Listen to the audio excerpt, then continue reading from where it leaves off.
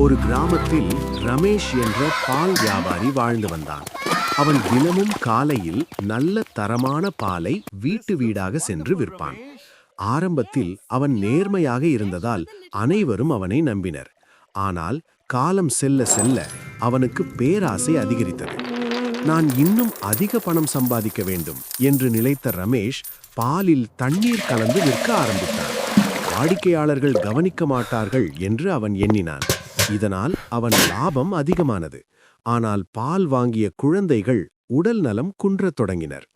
ஒரு நாள் கிராமத்தின் மூத்தவர் ஒருவர் ரமேஷை அழைத்து, "நீ விற்கும் பால் நல்ல தரமில்லாமல் உள்ளது" என்று கூறினார். ஆனால் ரமேஷ் அதை மறுத்து பேசினான்.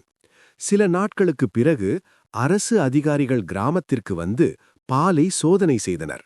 உண்மையில் ரமேஷ் தண்ணீர் கலந்து விற்றது வெளிச்சத்திற்கு வந்தது. அவனுக்கு அபராதம் விதிக்கப்பட்டது. மக்கள் அனைவரும் அவனை நம்பாமல் விட்டனர். தனது தவறை உணர்ந்த ரமேஷ் மிகவும் வருந்தினான். பிறகு அவன் நேர்மையாக பால் விற்க முடிவு செய்தான். நீதிக் கதை. பேராசை எப்போதும் நம்மை அழிவுக்கு கொண்டு போகும். நேர்மையே உண்மையான செல்வம்.